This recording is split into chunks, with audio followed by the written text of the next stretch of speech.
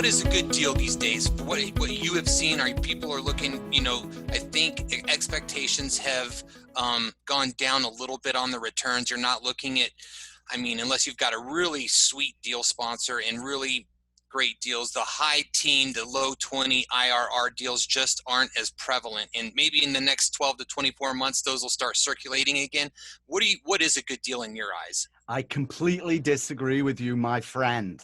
Okay. All right. Even though we've just met. That's great. Here's the deal. You have to go through, to understand how the market works, you have to go through a harsh downturn.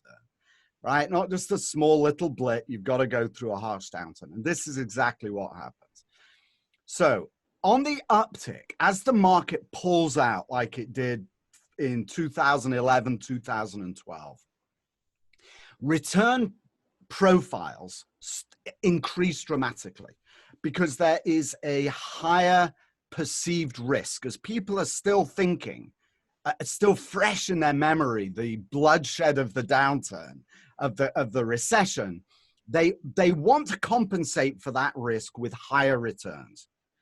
And as the cycle lengthens and it gets more and more heated and more liquidity comes into the market, returns start to compress. They get smaller and smaller as competition heats up, as more money comes into the market. The key to your question was, what is a good deal right now? A good deal right now looks nothing like a good deal 3 months ago. What you have to deliver today, and this is just personal view, you have to deliver, there's a few components. One, you have to deliver outsized returns, period. Because there's this massive sense of risk. You have to compensate for that sense of anxiety, that sense of risk that people have going into the market now.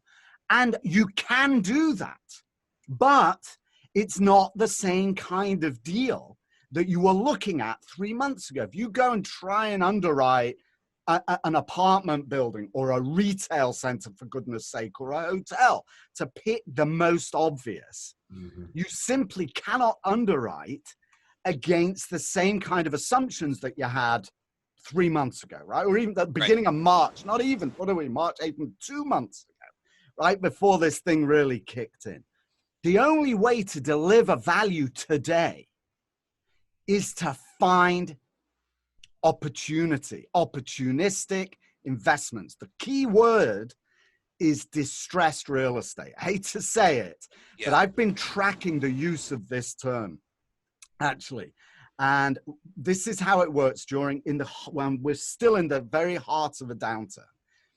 The concept of when the downturn hits, when the first waves of shock hit the economy, as they did in 2008, actually, or late 2000s, well, 2008, 2009, the very beginning, and the same now, there is this kind of sense of panic. Everybody goes into fear mode, right? You don't know, you're going to live, you're going to die, you're going to suffer some way physically, and you're going to be kicked out of your home in 2007. There's like this wave of fear.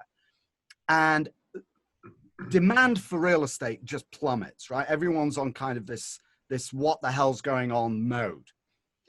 And the term distressed isn't used because it's tone deaf to the narrative that is pervasive in media and online and in the community, right? Very early on.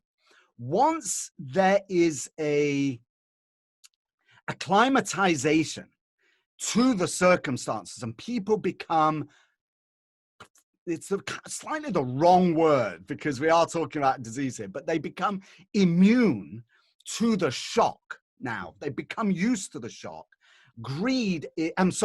Fear becomes supplanted by greed again. And terms like distressed real estate can be used once more. And I've been tracking actually the use of this term on Google since the very beginning and predicting that the use of it will continue to rise. And as it continues to rise, what that means is there is more and more overt activity looking for distressed real estate. And I know this is very long, I'll stop talking now, but That's what you've got to find. In order to provide and to deliver value today, you've Yep. got to find deals that have stories, and those stories typically are distress stories.